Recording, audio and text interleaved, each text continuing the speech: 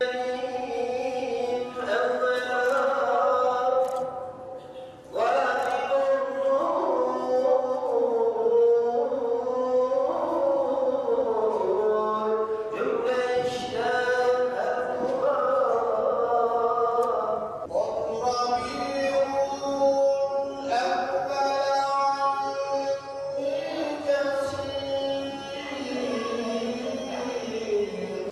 بحد خدای عالمین او خدای دایم دین مبین انکرنا امتا خیر البشر تابعی مقتدای آموان ساجدو بی حشکری سد سالدی سرهری نابت الهی سیدی از بزاد لا اله الا توی او محمد هم بری اسمت موی بجمار حمد و ثنای قلب و جانم ددن بوی خالق کون و مکان وی به انسان دای زانین با کرم خوندن و هم حکمت و علم و قلم الصلاة والسلام عليك يا رسول الله ليدلكم انجح بعد فقير او دقير دابا ملالي منسير لو بزارين اللي درقاهته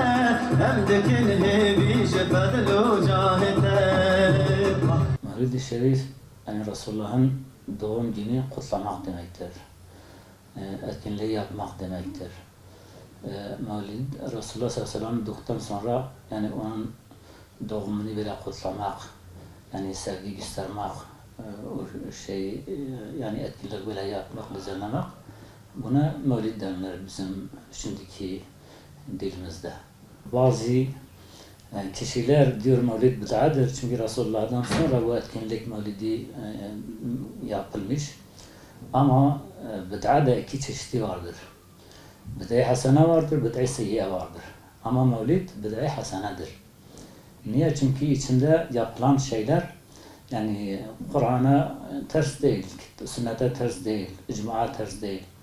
Mesela hatta bazı ulemalar var ya diyorlar ki yani çok deliller getirmişler Kur'an'da. Diyor Mevlid hatta sünnete uygun bir şeydir diye. Mesela bazı ulemalar diyorlar kul bifadlillahi ve rahmetihi fezelke felyefrahu. Mesela demişler Cenab-ı Allah ayette diyor sen de ki ya Muhammed Müslümanlar Allah'ın fazlıyla rahmetiyle sevinsinler. İşte İbn Abbas demiş Allah'ın fazlı rahmeti Hz. Muhammed'dir. Bazı ulemalar demiş Allah'ın fazlı İslam'dır, onun rahmeti de Hz. Muhammed'dir. Çünkü Hz. Muhammed sallallahu aleyhi ve sellem kendisi diyor ki İnnemâ ana rahmetun muhdatun. Ancak ben rahmetim, ben muhdatım yani hidayetçiyim. Bir de Cenab-ı Allah da Kur'an'da diyor وَمَا أَرْسَلْنَاكِ إِلَّا رَحْمَةً لِلْعَالَمِينَ Biz seni rahmet olarak alemlere gönderdik. İşte burada da Resulullah sallallahu aleyhi ve sellem rahmettir. Cenab-ı Allah da diyor Allah'ın rahmetiyle sevinsinler. Yani Allah'ın rahmeti size gönderdiği için onun için sevinsinler. Rahmet de Hz. Muhammed aleyhisselam. İşte yani sanki Cenab-ı Allah yani bize emrediyor ki onun doğumunu gelmesini sevmemizi istiyor Cenab-ı Allah. Bu ayet de buna değildir ki demek ki bu etkinlik Resulullah'ın sevmesi için biz yapıyoruz. Değil ki başka şeyler için. İşte bu da bir değil ki yani Mevlid öyle bir bid'at değildir. Belki yani çünkü Resulullah için seviyoruz, etkinlik yapıyoruz, salavat yatıyoruz. Bu da sünnete uygundur. Mevlid-i Şerif'in okutması çok faydası vardır. Mesela bu zamanda böyle Müslümanlar gaflete düşmüş, İslam'dan uzaklaşmış. Mesela Cenab-ı Allah bir ayette diyor ki وَكُلَّنْ نَقُصُّ عَلَيْكَ مِنْ نَنْبَأَ الرَّسُولِ مَا نُسَبِّتُ بِهِ فُؤَادَكَ Cenab-ı Allah diyor biz geçmiş peygamberlerin kıssasını sana arz ediyoruz, fırsat ediyoruz ki senin kalbin risalet üzerine devam etsin diye. Cenab-ı Allah öyle diyor. Şimdi Resul-i Ekrem Aleyhisselam yani Cenab-ı Allah geçmiş peygamberlerin kıssasını Resulullah'a anlatırken onun kalbini bile yani tebliğ üzerine devam etmek, risalet üzerine devam etmek için Cenab-ı Allah diyor eski peygamberlerin kıssasını sana kıssat ediyoruz. Şimdi Resulullah'ın kıssası hayatını insanlara, Müslümanlara öğretmek, onların kalbi hakka sabit kalmak için bu da iyi bir şeydir. Çünkü Mevlid'de ne söylenir? Yani Resulullah'ın hayatı söylenir, mücadelesi söylenir, küfre karşı nasıl mücadele ettiğini bize anlatırlar. Salavat getiriyoruz. İşte bunlar hepsi yani sünnette, kitaba uygun şeylerdir. Mevlid-i Şerif Türkçe'de okunur, Kürtçe'de okunur, Farsça'da okunur, Arapça'da okunur. Yani bu dört dilde de Mevlid okunabilir.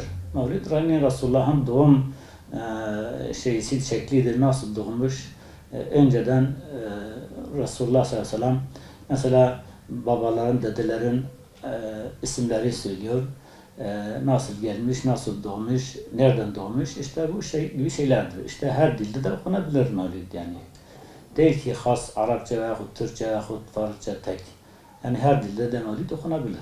Resulullah'ın doğum günleri de okunur. Mesela bir şemsiye seneleri var, kameriye seneleri var. Mesela Resulullah sallallahu aleyhi ve sellem kameriye aylarında 12 Rabiul Evvel, Rabiul Evvel'in 12'sinde doğmuş. O zaman pazartesi günüymüş sabaha karşı.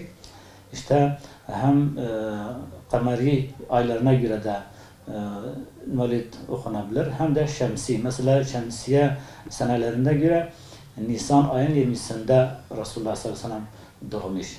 Mesela eskilerden kameriye aylarına göre Mevlid etkinliği yapıyorlardı. Ama şimdi her ikisinde de mesela hem kameri hem şemsi aylarında da etkinlik yapılır. Yani Resulullah şemsi aylarında Nisan'ın 20'sinde doğmuş. Kameri aylarında da 12 Rabiul Evvel'de doğmuştur. Mevlid-i Şerif etkinliği zaten Hicre'nin 3. senedesinden sonra bu etkinlikler yapılmış ama yazması galiba Arapçada İbn Hacer Haytami yazmış onun zamanında işte 500, 600, 700 sene belki olabilir, vardır. Kürtçe'de Şeyh Ahmed Batay bir tane Kürtçe'de yazmış. Zaten bizim bu memlekette Kürtçe okunan mevlid de odur. Eskiden hep Ahmed Batay'ın mevlidi okunuyordu. Türkçe'de yazılmış yazarı Çelebi isminde birisiydi, ben onu bilmiyorum.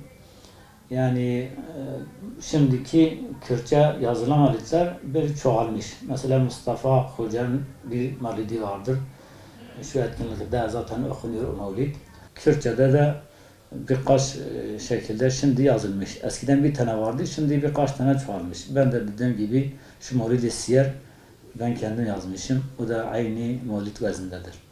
Türkçe'de yazılmış, Arapça'da da yazılmış, Kürtçe'de de yazılmış. Ama Farsça'da var mı yok mu ben onu bilmiyorum. Bazılar zannediyor ki Mevlid de Kadir Gecesi gibi kıymetli bir şeydir. O öyle hatadır. Mesela Mevlid gününde oruç tutmak hatadır. Mevlid gününde oruç tutulmaz. Mesela bazıları öyle zannediyorlar ki o da Kadir Gecesi nasıl kıymetlidir. O bir de o günde oruç tutulur. Öyle bir şey yoktur. Net Resulullah'ın hayatı, doğumu nasıl şekli olmuşsa böyle yani sahih hadislerle, sahih şeylerle söylemesi gerekir. Böyle bu mevdu uydurulmuş hadisler içinde vardır. Onları söylememek gerekir. Mesela bir bid'a içinde varsa hepsini kökten bid'attır diye vazgeçmek, okumak bu da yanlıştır. Mesela bu da buna benzer. Mesela bir yorganda, yatakta bir pire içine girse bu pire için bütün yorganı, yatağı yakmak nasıl iyi bir şey değildir. Bu da aynı gibidir. Yani mesela içinde bir bid'a düşmüşse yüzlerce yani sünnete uygun, Kur'an'a uygun şeyler de vardır. Yani nasihatler vardır, salatlar vardır. Bu gibi Resulullah'ın sevinci içinde vardır. Bunlar hepsi sünnete uygundur. Ama içinde bir bid'at varsa bu bid'at için hepsini kökten vazgeçmek, okumamak, ihtifal, etkinlik yapmamak bu da yanlıştır.